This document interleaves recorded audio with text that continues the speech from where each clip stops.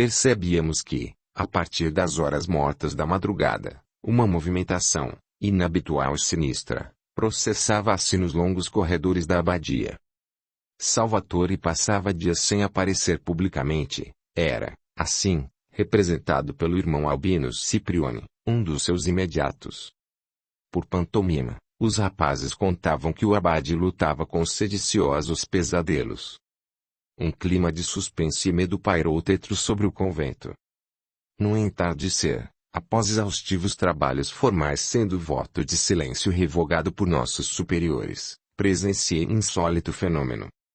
De volta para a minha cela, tive a impressão de, no caminho, ter visto Mateu dirigindo-se para a área que conduzia ao aposento do abade. Ericei-me e julguei fosse o resultado de minha imaginação, excitada pelos comentários sobrenaturais que se faziam em torno dos maus sonhos de Benedicto. Entretanto, naquela noite, ouvimos, especialmente, os urros de Salvatore, notamos passos apressados de alguns dos seus assistentes, percorrendo a via acolhedora de nossos dormitórios, chamando, discretamente, uns aos outros. Escutamos, ainda, um certo choramingar, nervoso e sombrio, pelos corredores. Cravei o ouvido na porta, ávido por notícias, destranquei silenciosamente a portinhola e ouvi. Por Jesus! O demônio o pegou novamente. Até quando sofreremos com isso?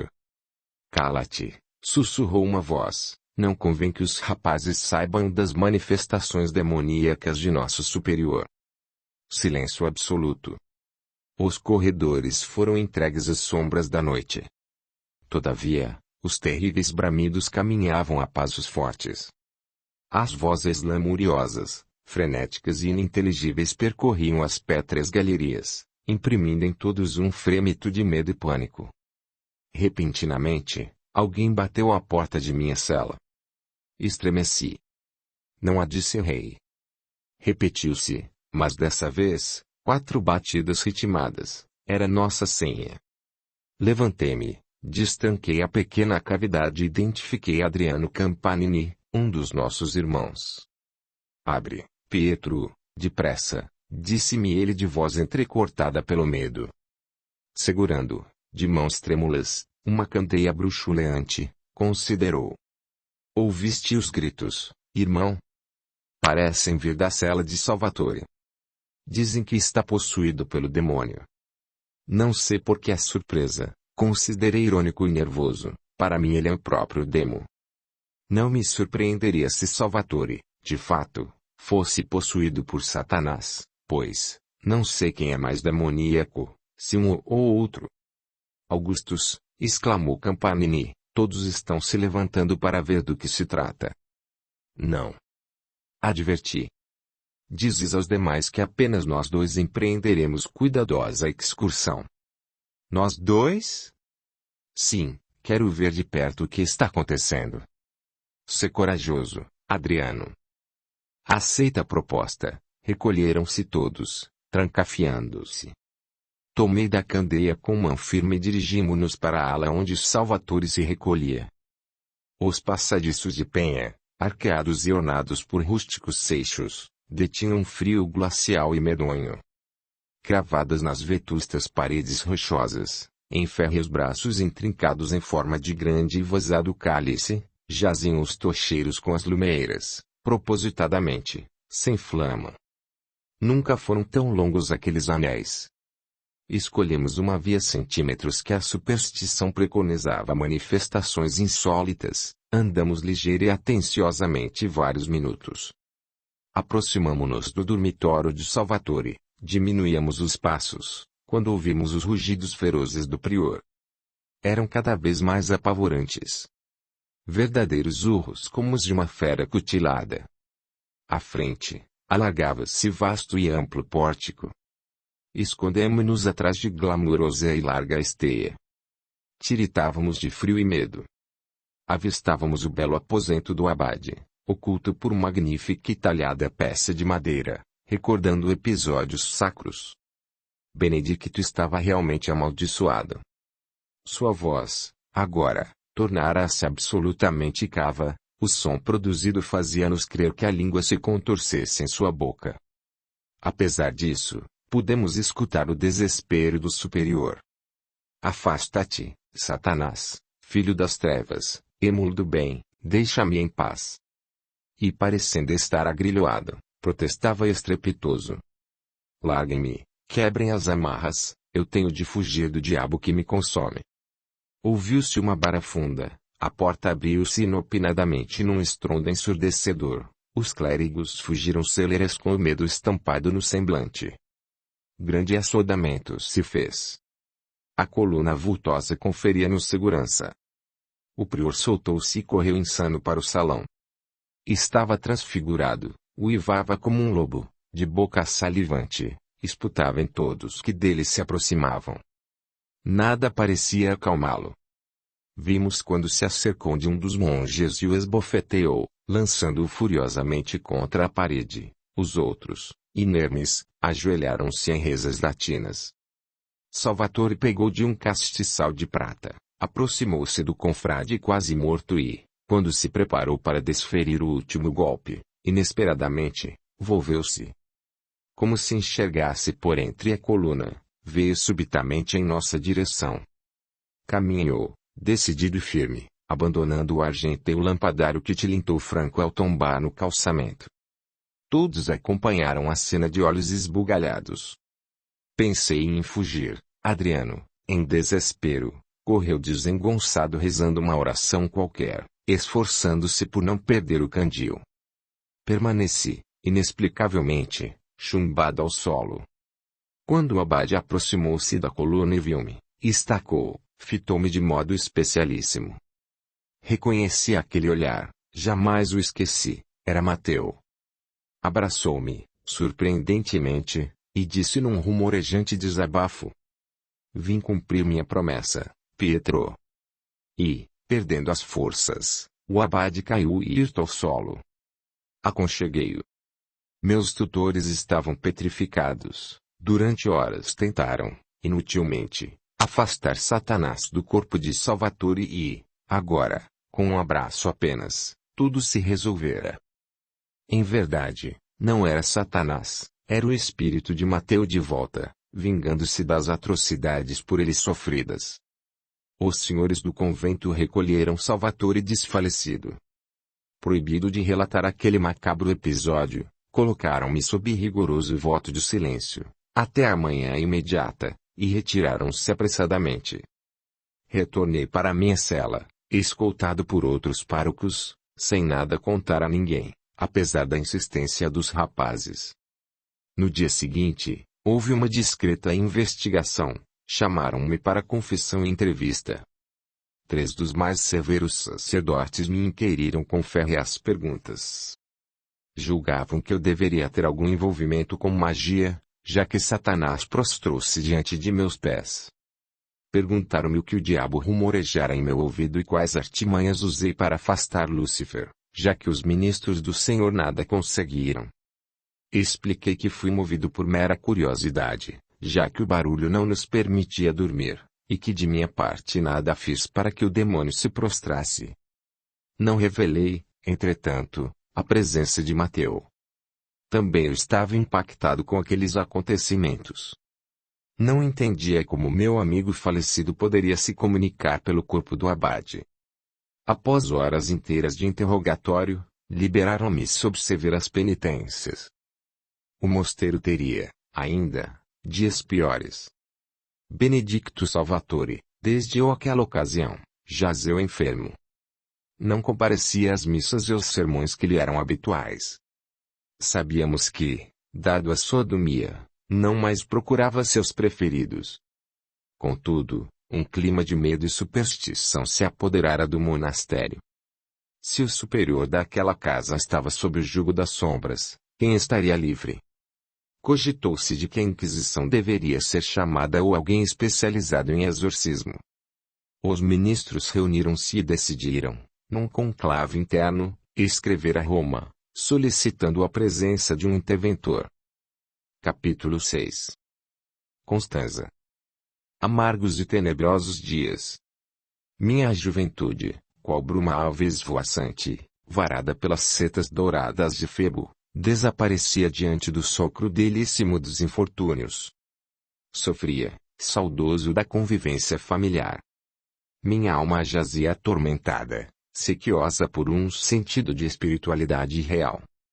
Chorei, muitas vezes, no silêncio sufocante de minha cela, meu grande desafio. Controlar as emoções. Nada parecia sedimentar a fenda criada pela impostura humana. Meu coração clamava por justiça. O Evangelho de Jesus, a mim, figurava-se como páginas lendárias e padecentes. O homem que fora justiçado no madeiro da ignomínia não me parecia forte o suficiente para salvar-me. Vendido e comercializado. Era assim que me sentia. Uma peça oferecida ao clero, a fim de alimentar o poder doméstico. Muitas vezes pensei em reproduzir o ato de Mateu e de tantos outros, contudo, uma força exterior me proibia. Certa vez, sozinho, em meu quarto, vasculhara a antiga bagagem que de casa trouxera. Apanhara a relíquia que minha Santa Madonna me confiara, lembrara-me dos livros que, generosamente, me concedera. Surpreendi-me. Ela embalara com tanto desvelo e cuidado que eu não percebera que, entre as páginas, encontrava-se uma missiva. Recolhia de mãos trêmulas. Meu coração palpitou de maneira muito peculiar. Aquela mulher representava muitas coisas para minha alma. Nas noites tristes de minha existência, era ela a estrela sublime, iluminando meu céu de angústias. Nunca a esqueci. Constanza. Tantos anos se haviam passado. Comovi-me. Peguei a carta e reconheci, sobre a cera carminada lacrando o envelope, o altaneiro timbre do brasão familiar, cuidadosamente impresso. Ainda recendia a fragrância que lhe era preferida. Desdobrei aí, das páginas fúlvidas, saltaram as mais lucilantes e confortadoras palavras que recolhi naquele convento. Um canto de esperança para meu espírito. Filho da minha vida, carne da minha carne. Espero estejas sob as bênçãos de Deus. Estamos separados, é verdade, e não há nada que se possa fazer. Entretanto, se nossos corpos permanecem distantes, nossas almas certamente estarão juntas pelas asas poderosas do pensamento, filho. Peço-te, suporta as horas difíceis sem mágoas em teu coração. À semelhança da ferrugem, elas nos devoram e matam os melhores propósitos. Perdoa a teu pai, que permanece cego diante das verdades da vida. Sabe que Jesus, por várias vezes, conservou-se na solidão para encontrar as melhores inspirações. Esquece o dia fatídico em que te arrancaram do nosso convívio e espera confiante a hora da tua libertação. Não te preocupes comigo, estarei sempre ao teu lado. Sabe que a misericórdia divina, por vezes, nos experimenta aguardando nossa disposição para as realizações mais santas e puras. Todos temos de passar por uma espécie de purificação neste mundo. Nas noites frias e nas horas de sofrimentos, lembra-te das nossas conversas e entrega-te ao Senhor, pois que Ele certamente te vai proteger. Quero que saibas, jamais te esquecerei e minha alma nunca descansará enquanto não te abraçar novamente, afagando-te em meus braços de amor e ternura. Mais uma vez te imploro, não te revoltes contra o Cristo. Jesus é o grande homem em nossa vida, o Filho dileto do Senhor, conduzindo-nos por boas veredas. Deus, meu filho, deve ter reservado algo de muito especial ao teu coração, Pietro, pois que não te faria sofrer assim ao acaso. Somente as almas fortes são convocadas ao trabalho árduo, justamente porque sabem suportar o peso da charrua e do arado sob o sol causticante das provações. Lembra-te, filho querido, de que, com Jesus, a vida adquire sabor e a coragem é o grande tempero necessário às realizações mais sagradas. Apega-te ao exemplo do pobre de Assis e entrega-te às produções benevolentes. Sê bom servidor, confiando-te aos cuidados dos teus ministros que saberão conduzir-te com dignidade e apreço. Recebe, filho de minha vida, o meu coração em chagas pela tua ausência, mas, sobretudo, a minha alma é esperançosa pelo teu regresso enchendo-me de luz e paz. Constanza. Minha Madonna estava completamente enganada acerca do tratamento que recebíamos. Não conviria, de fato, que soubesse da realidade que vivíamos. Contudo, aquela carta trouxe-me as recordações mais nobres e santas, revigorando-me. Minha mãe era uma mulher especial. Aprendeu a ler num convento, para onde foi encaminhada desde os primeiros dias de sua infância. De lá saiu somente quando foi entregue ao Senhor meu pai, que a conduziu diretamente ao altar. Casamento de interesses, como sempre se processou entre os membros de minha família. Dadas as letras, ensinou-me as primeiras palavras, ajudando-me no gosto pela leitura. Penso na resignação dessa sublime mulher. Na excelsitude de sua alma, para elevar momentos de torturas e dores aos páramos da divina aceitação do semelhante da vida. Ela, de fato, portava a autoridade moral para falar-me. Todas as vezes que minha alma sofria, dela me recordava, buscando, na sua coragem, um motivo para continuar. Permanecia viva. Não sabia. Estava, por demais, distante de casa para receber uma simples mensagem. Os manuscritos que ela, propositadamente, enfeixara no livro contavam alguns episódios da vida de Francisco de Assis. Encantei-me, senti espiritualidade em cada lauda, desejei, de alguma forma, conhecê-lo, não sabia se estava neste ou em outro mundo. Pela primeira vez, desde que fora encerrado neste mausoléu, senti uma certa esperança, um desejo de ser útil. Contudo, em quem me espelhar? No Evangelho? Não. Aquelas eram meras páginas, letras mortas. Para que meu coração pudesse entender, definitivamente, as expressões messiânicas, era mister lê-las por meio dos exemplos daqueles que me apontavam o caminho. Trouxe a missiva ao coração, recordando o afago materno, e chorei de saudades.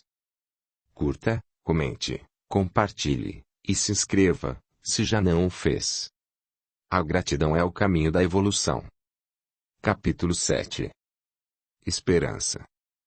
Naqueles dias, o abade Benedicto Salvatore passava por mais uma das suas crises. Outros rapazes, impressionados pelos acontecimentos, de igual modo davam demonstrações demoníacas. Em pouco tempo todo o mosteiro infestara-se de fenômenos supranormais. Foi preciso redobrar as penitências, reforçar as orações e vigiar muitos dos internos. Lembro-me de que nosso prior, um dia, escapara de sua cela e, completamente desnudo, bailara ridiculamente no paço clerical, fazendo gestos e insinuando-se de maneira obscena. Salvatore era um homem alentado, vigoroso. Quando em transe, cerca de 6 homens não conseguiam detê-lo. Somente nesse estado sentia, por ele, compaixão e piedade. Impedido, por cólera pessoal, de orar nobremente, lembrava-me de Mateu com imenso respeito e sincero desejo de amizade. Era a única maneira de devolver ao abade o equilíbrio perdido. Ele olhava-me e, como se me reconhecesse, afastava-se deixando o prior ao solo. Assim, exigiram que eu me instalasse próximo da cela de Salvatore. Por diversas vezes me obrigaram a dormir no mesmo ambiente do abade.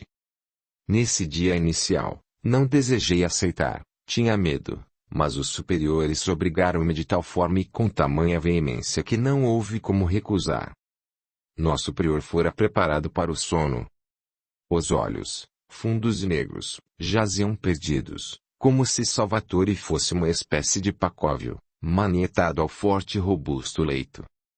Durante a noite, pensei em minha mãe. Altas horas da madrugada escutei Salvatore gemer, urrar e chamar-me pelo nome. Aproximei-me com receio, ele abriu os olhos e disse: Augustus, meu amigo. Era a alma de Mateu falando pelo corpo de Benedicto. Petrificara-me, sem condições de expressar nenhuma reação ou verbalizar palavras. Chegue mais perto, amigo. Aconcheguei-me com dificuldade e atendi. Augustus, continuou ele, de fato, a vida continua, caríssimo. Nunca morremos definitivamente. Todavia, O inferno é muito diverso daquele que nossa igreja prega. Ele jaz em nossa própria consciência. Toda alma atormentada já principia, na terra, o Hades que encontrará aqui, como fruto das suas atitudes. Após aquele dia fatídico, quando as labaredas expulsaram-me do corpo, mais tarde, ao despertar do meu rubro sono, encontrei muitos outros do lado de cá, verdadeiras sombras ambulantes, especializadas em perseguir os vivos. Seguindo os primeiros e terríveis dias de minha morte corpórea, percebendo, ainda, o reflexo do fogo a me consumir, esses moradores sinistros me escravizaram para executar trabalhos dos seus interesses. Audiolivro realizado pelo canal Surya Chand Audiobook. Deste lado, não encontrei Satanás, ele é apenas uma figura lendária, da mesma forma Plutão não habita estas paragens. Encontrei, apenas, pessoas sofredoras e corrompidas pelo ódio como eu. Para executar minha vingança, tenho sofrido arduamente, todavia, os que me escravizaram foram homens assassinados por Salvatore. Acompanharam toda a minha triste história e desejando fazer com que suas hostes se engrossassem, de alguma forma, agiram sobre meus pensamentos e sentimentos, explorando minhas tendências naturais, a fim de perturbar Benedicto e ganharem mais um membro para o exército de sombras que possuem. Por alguma razão, desconhecida por mim, eles não conseguiam agir, diretamente, sobre o corpo deste homem perverso, por quem falo. Entretanto, por uma espécie de força, cujos mecanismos e origem ignoro, e que dimana de minha alma sobrevivente à morte física, consigo penetrar-lhe os pensamentos, neutralizando suas energias. No inferno em que vivo, fruto de minha consciência atormentada, sinto-me em paz apenas em 2 breves momentos. Quando te posso ver e quando o anjo do Senhor aparece-nos. Nenhum dos nossos irmãos rezou por minha alma, Pietro. Mas as tuas lágrimas diante dos meus restos mortais, convertidos em poeira negra, ainda hoje apagam as chamas morais que me consomem a consciência culpada, aliviando-me o coração. Verificando o momento ímpar que vivia, não resisti a endereçar-lhe uma pergunta. E os anjos, Mateu, o que dizem? Também são figuras diversas daquelas que aprendemos em nossa teologia. Não dispõem de asas, muito menos andam sobre nuvens. São as almas dos que se conduziram bem na terra e que se santificaram por meio do trabalho reto e da consciência tranquila. De tempos em tempos, aparecem-nos convidando ao arrependimento. Reverberam luzes de cândida beleza, falam-nos de Jesus de maneira tão sublime que jamais ouvi. Apenas não consigo alcançá-los por conta do meu coração. Falam que meu suicídio apresenta a atenuante de ter sido ocasionado pela loucura de almas atormentadas, embora tenha responsabilidade a saudar. Muitas das sombras que aqui permanecem, de tempos em tempos são por eles resgatadas. Mas há uma nuvem negra que se prepara para atacar nosso convento, Pietro. Prepara-te, eles não vão poupar nosso prior. Tenho feito o possível para proteger-te. Digo que tua alma é diversa e não merece ser torturada, mas, agora, amigo, venho advertir-te. Apega-te à oração, pois que essas sombras sinistras produziram um clima de superstição e medo, como um mecanismo essencial para as realizações tenebrosas. Entretanto, querido irmão, o anjo que nos aparece falou-nos, num sermão, que Deus está encaminhando um verdadeiro sacerdote, deverá imprimir novo ânimo em nossa casa. Viverá soberanamente os ensinos de Jesus e virá como uma espécie de socorro aos pobres de espírito e aos sedentos por justiça. Prepara-te para que a verdade se faça em teu coração. Como ele é? Interrompi. Qual o nome dele? Como o reconhecerei? Nada mais sei, repito apenas o que ouvi do mensageiro que nos apareceu, Pietro. Ele carrega na alma uma palma iluminada, símbolo do martírio entre os primeiros de nossa fé. Será recomendado por Roma para cumprir valorosa missão. Caro irmão, disse ele de voz melancólica, sofro, mas, o orgulho e meu ódio são muito maiores que o desejo de me libertar deste homem pervertido. Enquanto não o vir derrotado, não descansarei. Recolhe, Nessa hora, prezado amigo, o meu carinho e a minha advertência. Evita te aproximares dessa criatura, dela me afastarei um pouco a fim de que não sofras a imposição dos que aqui permanecem. Salvatore, por um período, não terá tantos ataques, mas, da cama não sairá até que as sombras lhe permitam. Recebe meu abraço e votos de paz em tua vida. Capítulo 8. Irmão Simplício, simplicidade. Repentinamente a atmosfera modificou-se.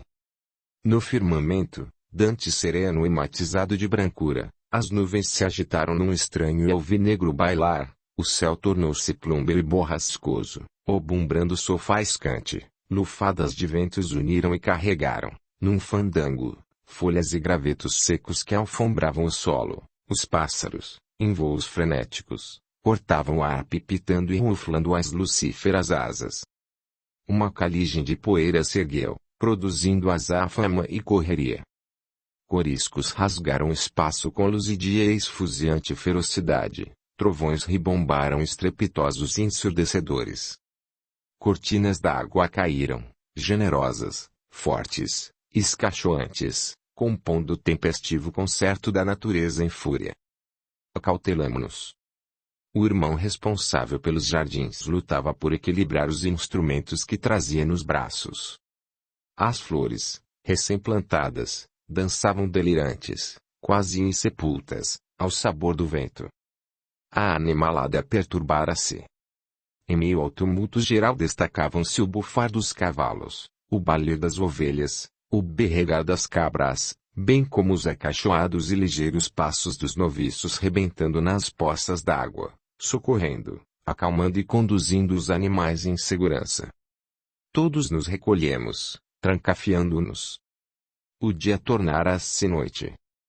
Com um candil, iluminando a alcova, rememorava, enquanto a chuva caía tamborilante, a fala de Mateu por meio do abade. De fato nunca mais, até aquele dia, Benedicto fora tomado pelas sombras, mas, é certo, também, que seu corpo inerme jazeu no leito pelo mesmo período. Durante a procela sem fim, figurava-me a ideia da chegada do verdadeiro padre. Ansiava conhecê-lo e supus que, alguém com tamanha importância, deveria vir coberto de púrpura, no bojo de uma formosa seja usando talvez um manto caracala, acompanhado de servos e porta-vozes. Deveria ser recebido com honra e glória, como os emissários de Roma estavam acostumados. Torturava-me a ideia de que o arauto do Senhor fosse mais um homem pedante ou dedicado às práticas intelectuais. Desejava o brilhantismo das atitudes, a paz de consciência, a iluminação interior, a fraternidade real, um pároco em quem efetivamente poderia confiar, que, de fato, lesse meu coração, ajudando-me a vencer nas lutas da vida. Enquanto assim pensava, a tormenta acalmou-se, saímos de nossa cela recolhendo a fúria e o esplendor da natureza. Os céus aos poucos recobravam louvor. O trabalho recomeçara, quando badalaram o sino menor, anunciando a chegada de alguém. Corremos todos. Nosso mosteiro não estava acostumado a receber visitas, sobretudo, sem ser comunicado. Era um monge itinerante, pelo menos em primeira impressão. Advertido de que o homem que lá estava fora indicado por Roma, chamaram nossos superiores. Casualmente, acompanhei a cena. Designado para guardar a lenha, estava próximo da entrada do paço. Admirei-me.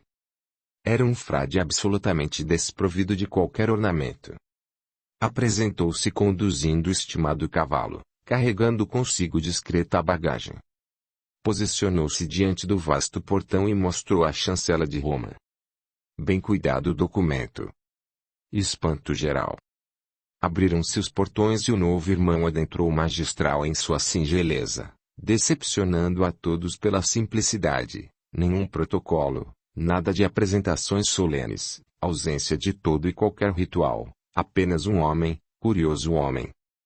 Notei que não percorreu o passo sobre o animal cansado, observei, ainda, que suportou, heroicamente, toda a tormenta que nos assolou. Como teria conseguido se guiar pela íngreme e difícil senda que conduzia até a abadia? Seus passos eram lentos, porém, firmes, seus movimentos cuidadosos, sua cortesia expressa num iluminado sorriso.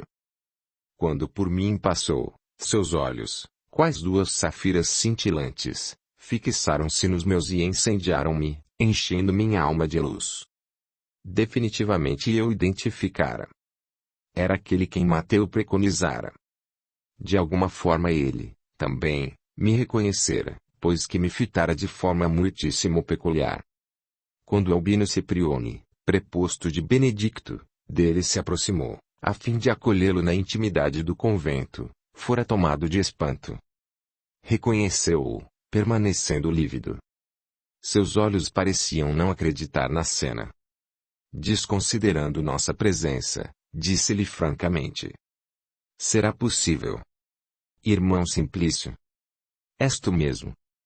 Será crível que o maior adversário de Benedicto Salvatore se apresenta? Ora, irmão Ciprione, disse ele de voz suave e mansa, entre os servidores de Jesus não deve haver adversários. Abraça-me. A falsidade e a verdade se encontravam finalmente. Albino enlaçou num dissimulado amplexo, conduzindo-o para a frugal refeição. Soube mais tarde, por um dos nossos confrades, do seguinte diálogo: se bem-vindo à nossa modesta casa, irmão Simplício. Conheces o motivo de tua vinda? Leste a carta que enviamos ao Vaticano? Sim, respondeu ele com a suavidade de um dia tépido de primavera. Sei de todos os acontecimentos, por isso, nossos superiores me enviaram. Sabedores de que estava em peregrinação por estas paragens, encaminharam-me um mensageiro com toda a documentação sobre o caso, obrigando-me, por voto de obediência, a comparecer neste convento.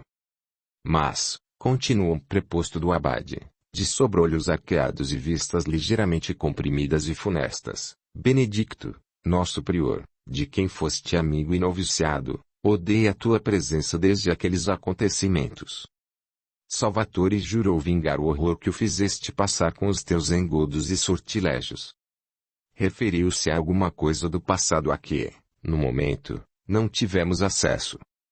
E imprimindo na voz tétrico e soturno tom, aduziu num furioso sussurro, ao mesmo tempo em que movia a cabeça a vigilante, certificando-se da ausência de testemunhas. Por quais mistérios, Simplício, Roma ainda não te conduziu à fogueira?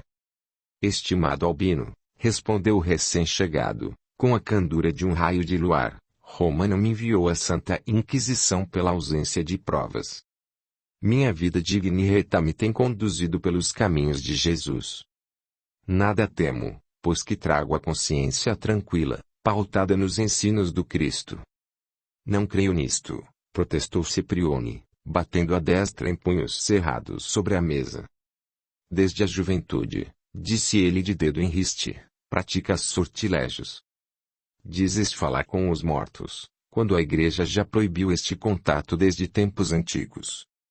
Imprimindo na face intraduzível ternura, o irmão Simplício esclareceu: não se pode calar uma verdade. Não sou eu quem fala com os mortos, eles é que dialogam comigo. Nada tenho de enganador, busco a luz da razão. Não me tenha, porém, caro confrade, na conta de embusteiro. Servimos a mesma causa e o Evangelho nos solicita união e trabalho, perseverança e respeito, companheirismo e senso de responsabilidade.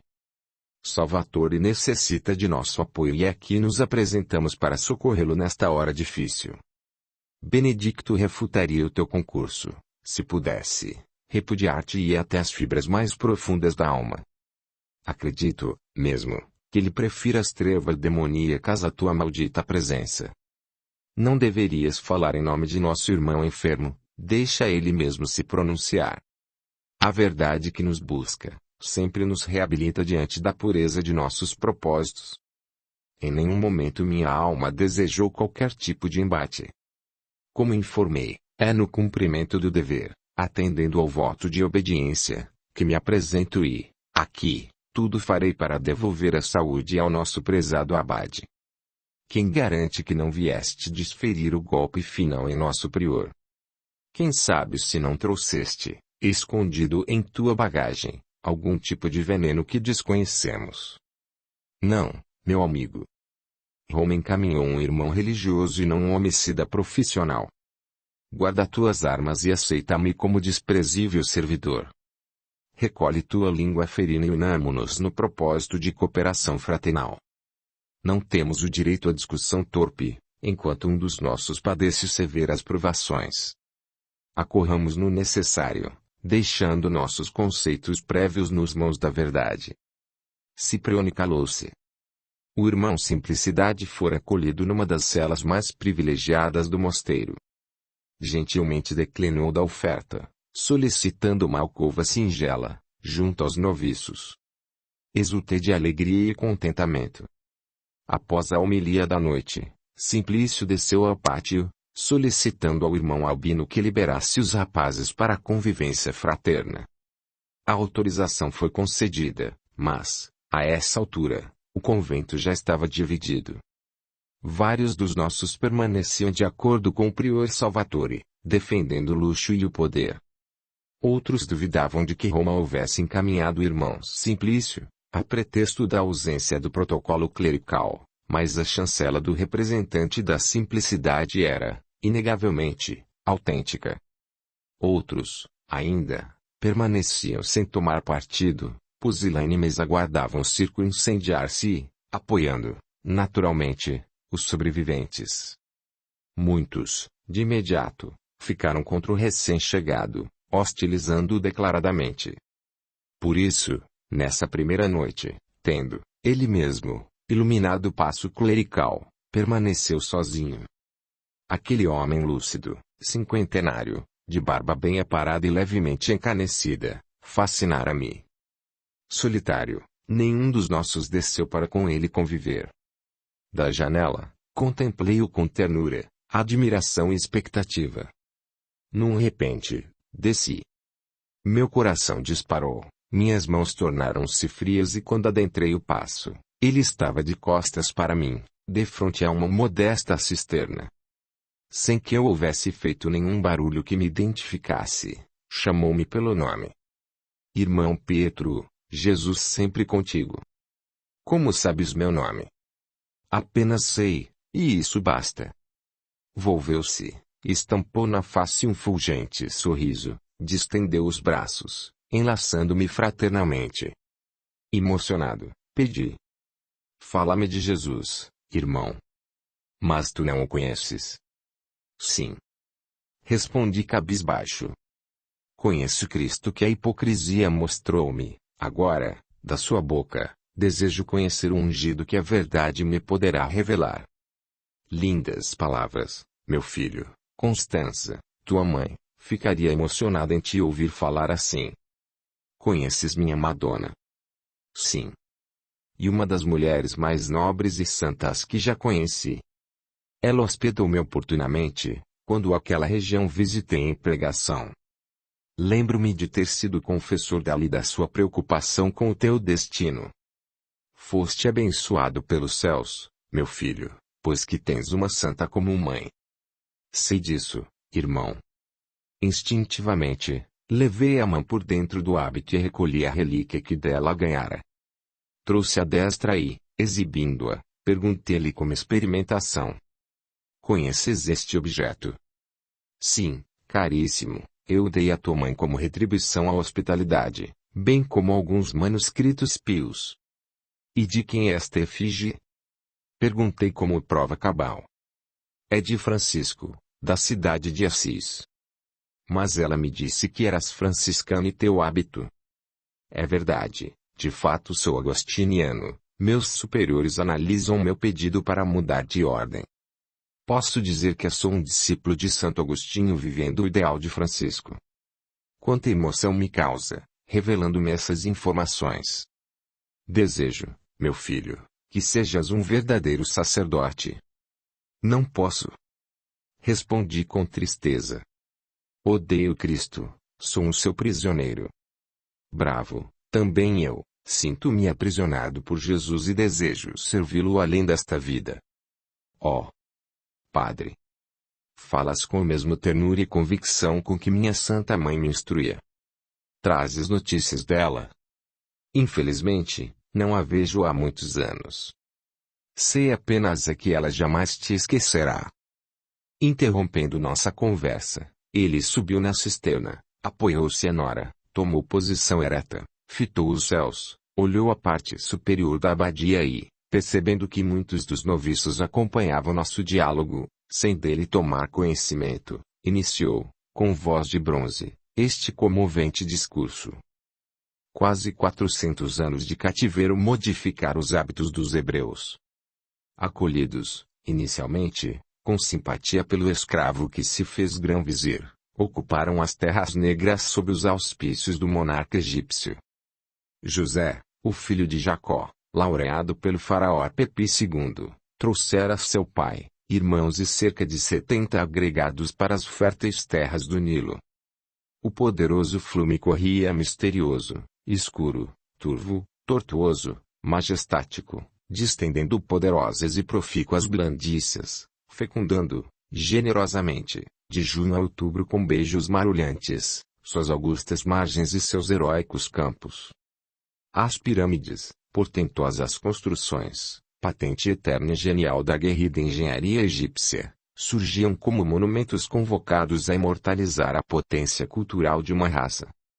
Os pilonos, templos pedernais, carregavam nos místicos salões as estátuas sagradas e os tesouros dourados, pétreos guardiões, sentinelas da cultura e da religião esotéricas.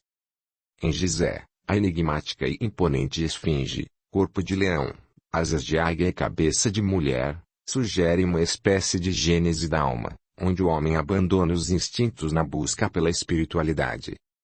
Esses monumentos representavam a glória de um povo, que fizera dos seus reis deuses e mostrara sua autoridade e poder com obras fantásticas como uma das mais nobres inteligências arquitetônicas do mundo antigo. Esplendorosa nação. Os anos correram. Thanatos, o anjo negro de asas argênteas, cortara, com prateada e reluzente foice, os fios da vida, reptando as moiras, senhoras dos destinos humanos na mitologia dos antigos. Nos braços fúnebres da morte se perderam, em tempos respectivos, José e o faraó amigo dos israelitas.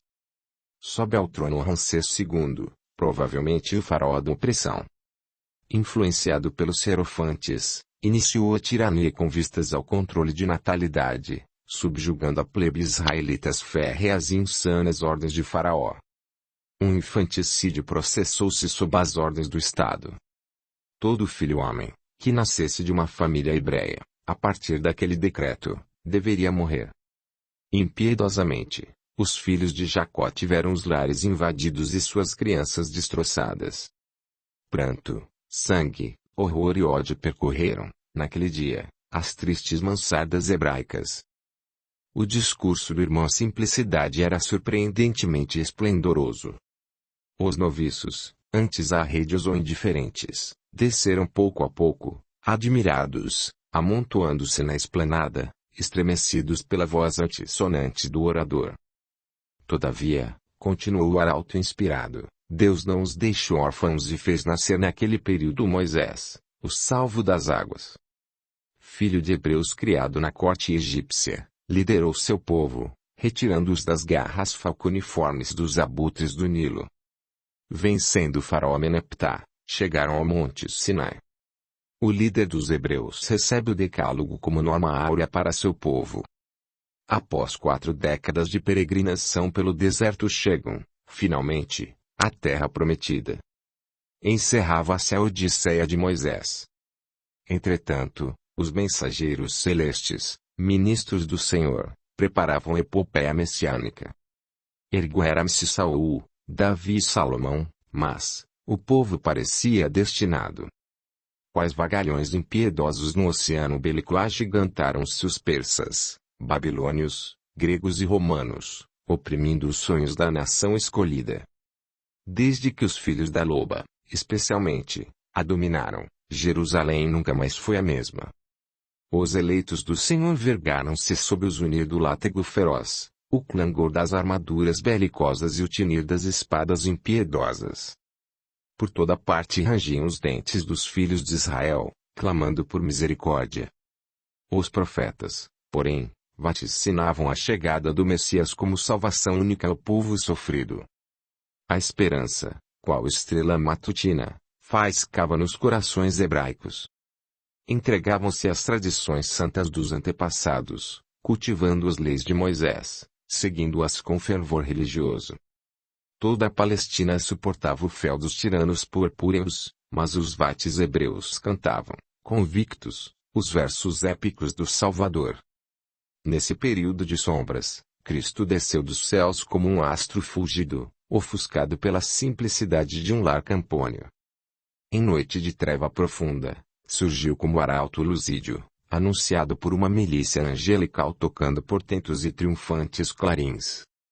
Magos orientais, estudiosos dos astros, reconheceram sua estrela, encontrando-o numa estrebaria, aconchegado a uma manjedoura, na cidade de Belém. Descendente de Davi, teve como progenitores uma camponesa e um carpinteiro. A primeira representa a simplicidade, a pureza de sua alma, o segundo figura o trabalho árduo e o manuseio do cinzel divino a golpes de coragem, renúncia e sacrifício pela humanidade. A Senhora de Nazaré o acolheu nos braços cândidos de menina, recolhendo no regaço materno. Quando se fez homem, também se fez Áquila, não esse brasão da tirania romana, mas a fênix divina, que arranca da própria carne para alimentar os seus. Poderia ter nascido entre os homens eminentes de sua raça, mas preferiu a simplicidade do povo, os pobres de espírito, os sofredores da alma, os enfermos do corpo, os desejosos da verdade. Desceu das alturas como filho dileto do Senhor a fim de ensinar os homens que só se alcança o estágio de filho do Altíssimo com renúncia e labor. Fez da sua vida um poema de sacrifício pelo próximo, ensinando-nos a vencer por meio da paz interior. Cantando o Sermão da Montanha, que o evangelista Mateus registrou no capítulo 5 do seu evangelho, espalhou seu código de amor e justiça, incendiando os corações judaicos. Ao amparar Maria, a perturbada de Magdala, rompeu com o preconceito israelita, abriu as portas para a igualdade entre as criaturas e instruiu-nos no trato com os espíritos perturbadores. Restabelecida, tomou-se uma espécie de discípula e apóstola silenciosa.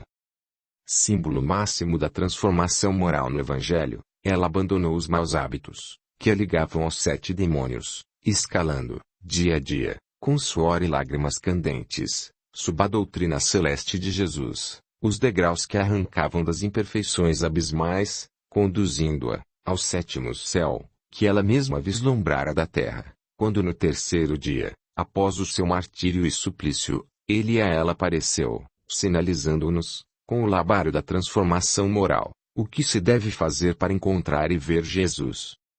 Conversou com Nicodemos, representando a mais nobre aristocracia judaica, argumentando sobre a vida de maneira dialética e transcendental. Acentuando o mistério de nascer outra vez, renovando-se e burilando-se para a vida eterna. Foi ter na casa de Zaqueu, o publicano, signo de corrupção entre os de sua raça. Nada no Evangelho comprova a tese de corrupto, a não ser as tradições populares. Todavia, aquele que subiu ao sicômoro representa a salvação moral, renovando os costumes lícitos, mas frequentemente imorais da exploração popular. A salvação, penetrando os umbrais da casa do publicano, aponta a honestidade diante da vida e, mais, que o Senhor, um dia, entrará em nossa casa íntima, em nosso coração, exigindo-nos a contabilidade final, averiguando se de fato somos dignos da sua presença e companhia. Se Zaqueu soube distribuir seus bens aos necessitados, também nós distribuamos as riquezas do Evangelho que não podem permanecer sepultas. Evocou da plebe seus primeiros seguidores, patenteando a simplicidade como regra áurea do seu sublime serviço. Conviveu, ainda, com enfermos de todo jaez, com almas das mais perturbadoras, socorrendo-as caridosamente. Lente sublime e mensageiro da verdade, fez de alguns discípulos, apóstolos, ensinando-os e educando-os sobre as realidades espirituais. Percorreu toda a Palestina e quando seu verbo de amor, semeando a doutrina da tolerância e do perdão. Experimentado pelos doutores da lei, usou da inteligência para instruí-los e libertar-se. Incompreendido pelos compatriotas, colocou a boa nova como sua grande verdade. Traído por um dos seus, compreendeu a fraqueza humana, chamando Judas, no Getsemane, de amigo. Fez do ósculo da perfídia, uma ode silenciosa, de cadência sublime de formas excelsas, tangida pelas cordas sublimes do coração, harpa encantada, transformadora das emoções. Suportou a negação do apóstolo Pedro, compreendendo-lhe a fragilidade, incendiando com um luminoso e meigo olhar, parecendo instruir. Apacenta minhas ovelhas.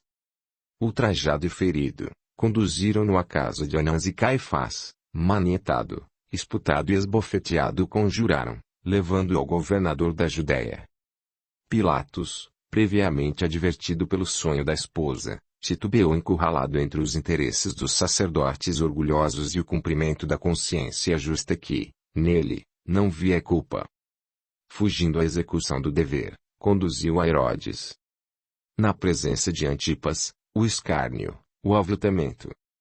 De volta ao pretório na condução pelos soldados, a tiara de espinhos cravada em sua fronte excelsa e sublime.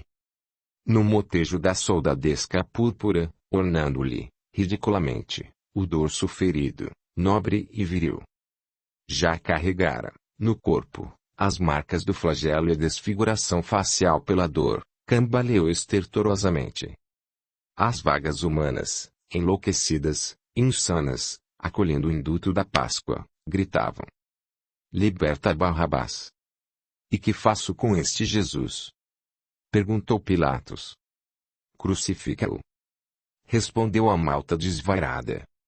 Vendo que a revolta aumentava, o governador lavou as mãos, num gesto simbólico, libertou o homicida, entregando Jesus à pena capital, dizendo: Estou inocente desse sangue, a responsabilidade é vossa. A multidão em fúria, qual procela devastadora, corrompida pelos sacerdotes do templo de Jerusalém, respondeu febril: Que o seu sangue recaia sobre nós e sobre nossos filhos.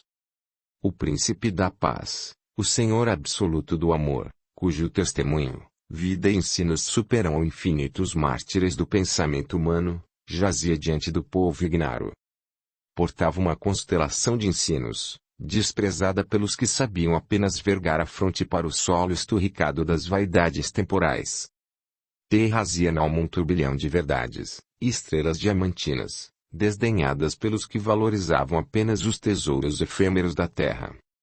Veio, então, diante do frenesi popular, entre vitupérios e imprecações, o madeiro infame. A turba, ingrata, delirou. Trouxeram, muito provavelmente, a parte superior do suplício. A cruz, símbolo torpe do martírio, instrumento insano da injustiça humana. Fizeram-no carregá-la até o Gólgota. Nessa hora, o irmão Simplicidade pareceu transfigurar-se. Os olhos ficaram vítreos, a expressão quase celeste nos permitia ver as cenas fortes e coloridas daqueles tristes dias. As tochas, que nos iluminavam o pátio, consumiram-se lentamente, mas insólito fenômeno se fez. Aos poucos, na medida em que o sublime orador falava, sua cabeça foi envolvida por estranha luminosidade.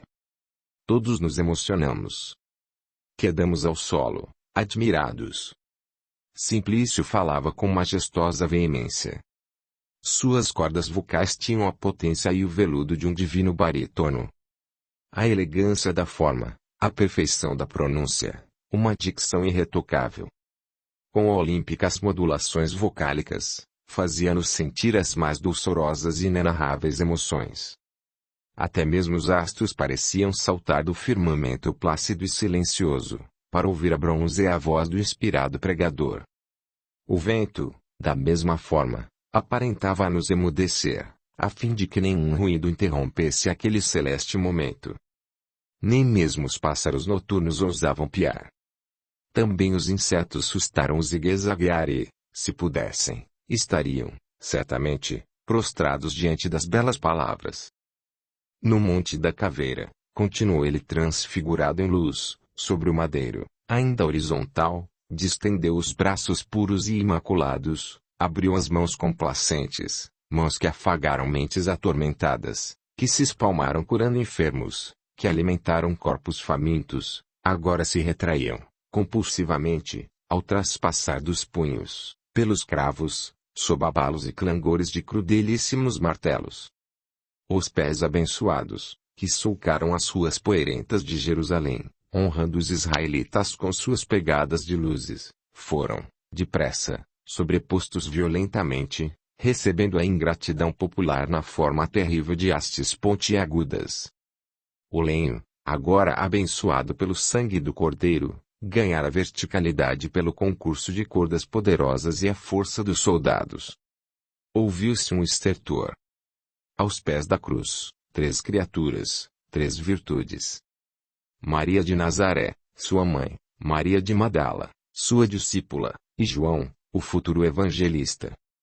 A Mãe Santíssima representa o amor, a Senhora de Magdala a renovação, e o apóstolo dileto a esperança. Amor, renovação e esperança, 3 virtudes essenciais aos seguidores de Jesus. Ele encomendará à mãe os cuidados do discípulo amado. Foi lancetado, e próximo da hora nona exclamou: Eli, Eli, lama sabachthani. Crucificaram-no ao lado de 2 malfeitores. Suportou, heroicamente, o ridículo e o escárnio de autoridades e do povo, clamando: Pai, perdoa-os, não sabem o que fazem. Fitou, por última vez, na sua condição humana, os homens, seus irmãos, e num esforço incomum volveu os olhos aos céus e disse: Pai, em tuas mãos entrego o meu espírito. Finalmente expirou. Todos estavam paralisados, a luz agora parecia se tornar mais intensa, como se num repente a lua abandonasse o ocaso e, do irmão Simplício, se apossasse. Nunca dantes havia ouvido e sentido algo assim. Chorava discretamente. Ele, porém, dando a impressão de ter sido transportado no tempo e no espaço, narrava-nos com tamanha riqueza de detalhes que nossa alma sentia-se arrebatada, ao mesmo tempo em que se enchera de temor pelo fenômeno que presenciávamos. Imprimindo nova emoção nas palavras, continuou: Morreu, para ressurgir numa manhã augusta de domingo, apresentando a vida além do véu. Mestre da verdade, Senhor da vida e da morte, Corifeu da esperança, abriu os braços corajosos, ensinando-nos que o amor consiste no entendimento da vida e que existe maior satisfação em servir que ser servido. Seu espírito permanece vivo. Sua doutrina resplandece e hoje reverberará para sempre, enchendo de lume as almas desejosas da verdade. Irmãos, para esse mestre é que todos trabalhamos. Somos os seus representantes. Atuemos dignamente, execrando todo o sentido de vaidade tola e de orgulho devorador, para que, também nós, mereçamos, um dia, a cruz do Cristo por de honra e salvação. Ministros do Senhor, abri os vossos fortes e dignos braços, procurai antes, por esforço pessoal, o Monte da Caveira, carregai o vosso madeiro a fim de também merecerdes o ressurgimento em glória no reino dos céus. Silêncio e emoção. Lágrimas discretas corriam pela face de muitos noviços. Era a espiritualidade em pessoa, o Espírito Santo que dissera qual no dia de Pentecostes. Línguas de fogo estavam sobre ele. E antes que da tribuna improvisada descesse, pavorosa surpresa. Ciprione, ocultamente, ordenara, a alguns noviços de sua confiança, que destrancassem a cela do abade. Esperava produzir algum tipo de agressão ao recém-chegado, ridicularizando e, com alguma sorte, matando por meio do preornécio. Como abutre fétido e cruel, assistiu respeitosamente, sem nenhum laivo de emotividade, o divino sermão, aguardando pela hora da carnificina. Benedicto Salvatore, em fúria, saiu da alcova arrebentando portas e derrubando mobílias. Urrando, parecia trazer os olhos em fogo. Era quase um gigante. Deteve-se na entrada do paço. ameaçou alguns rapazes e veio caminhando lenta e decididamente, proferindo duestos. Quando chegou ao meio do pátio, fitou o irmão Simplício, rodopiou em torno de si mesmo e notei, não era Mateu. Desferiu um grito e correu como louco em direção do celeste pregador. Simplício pareceu ficar mais iluminado, e quando Salvatore ergueu os braços intencionando jogá-lo para dentro do poço, inexplicavelmente, caiu ao solo. Ajoelhou-se, em seguida estendeu os membros do corpo sobre o solo e começou a gritar. Que vieste fazer aqui, filho da luz? Não sabes que somos trevas? Contigo nada podemos. Abandona, portanto, o reino das sombras porque Benedicto nos pertence. O representante da simplicidade desceu do singelo parlatório, ajoelhou-se, estendeu a destra, fechou os olhos ligeiramente, para em seguida dizer: Jesus sempre contigo. Nesse instante o corpo de Salvatore foi tomado por um frêmito violento, para em seguida prosternar-se.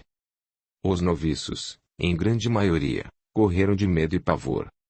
Albino Ciprione, que toda a pregação e cena acompanhara, aproximara-se do abade, afastara, com um espalmar no peito, o irmão Simplício, dizendo-lhe: mais um dos teus sortilégios. Farsante. Dize, Belzebu, quais as tuas artimanhas, como fazes aparecer luzes em torno de ti? Que poderes tens sobre Satanás para expulsá-lo com tamanha facilidade? Sem permitir resposta, ordenou, num grito, que os demais ajudassem a reconduzir o abade à sua cela.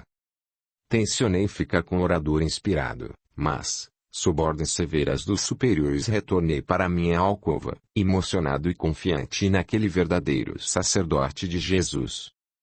Capítulo 9. Tramas. O ambiente movimentara-se no monastério. Cronos parecia, de alguma forma, irar-se. As horas resvalavam, freneticamente, de sua divina ampulheta. Com golpes violentos foizava-nos, sofregamente, os minutos, devorando-os com ferocidade titânica. Apoioniques agitavam-se e, sob o comando do Deus do Tempo, carregavam nos braços apressados, os dias e as noites, ciclos eternos da natureza imperiosa. Do alvorecer ao crepúsculo da tarde, executávamos atividades múltiplas, representantes da tirania clerical. Notávamos que Albino Ciprione tornava-se cada vez mais sinistro. Não era pessoa de confiança, estava sempre à espera de erros e quedas dos noviços, chantageando-nos e torturando-nos moralmente. Vários rapazes sentiam-se por ele explorados, diante das derrocadas íntimas. Entretanto, o que poucos sabiam é que Ciprione possuía um enorme interesse na loucura de Benedicto. Enquanto Salvatore permanecesse sob o assédio das sombras, era ele o substituto imediato. Insistia por ser reconhecido pelos frades como o verdadeiro administrador do convento. Consorciado com a vaidade e a petulância, exibia o orgulho como filho dileto e seu grande e indestrutível brasão. De ferríferas mãos e coração empedernido, imprimia, em nossa casa, uma nova direção, muito mais dominadora que a de nosso acamado prior. Várias semanas correram sem que o novel abade permitisse ao irmão Simplício atender ao enfermo. Albino tramava. Doses diminutas, de alguma espécie de veneno, eram, por ele, preparadas e administradas ao enfermo, visando a morte lenta e imperceptível de Salvatore. Ministrava-as de forma que os efeitos deveriam coincidir com os cuidados do irmão Simplício, a fim de que toda a responsabilidade fosse por ele recolhida. Dessa maneira, Benedicto demorava para sair daquele estado de prostração. Vários dos nossos eram escalados para guardar-lhe os aposentos, impedindo todo e qualquer contato com aqueles que viviam em nosso monastério. Por insistência, Simplício conseguiu efetivar sua primeira visita. Vendo que não mais poderia impedir o preposto de Roma, o superior abriu as portas do quarto de Salvatore. Triste visão. O prelado estava irreconhecível. Desfigurado, muito inchado, de pele macerada e palente. A fisionomia alterara-se. pálpebras semicerradas e olheirentas, boca levemente aberta e lábios arroxeados formavam um aspecto de quase morte. Audiolivro realizado pelo canal Surya Chand Audiobook. O irmão Simplicidade, imediatamente, identificou que nosso superior necessitava de cuidados médicos e, entre Albino e ele, travou-se o seguinte diálogo. Este homem, disse o representante da verdade, não sofre apenas de ataques das sombras. Salvatore está inegavelmente doente, necessitando de cuidados especiais. Parece até que foi envenenado. Um silêncio sepulcral caiu denso, cerrado e glacial sobre a alcova. O noviço, cúmplice de Ciprione, empalidecera. O substituto do abade, porém, surpreendido e impactado, mudou o rumo da conversa. Ora, se não é Satanás vaticinando, nada de facécias, irmão, se não socorrermos nesta hora, não sei quanto tempo aguentará.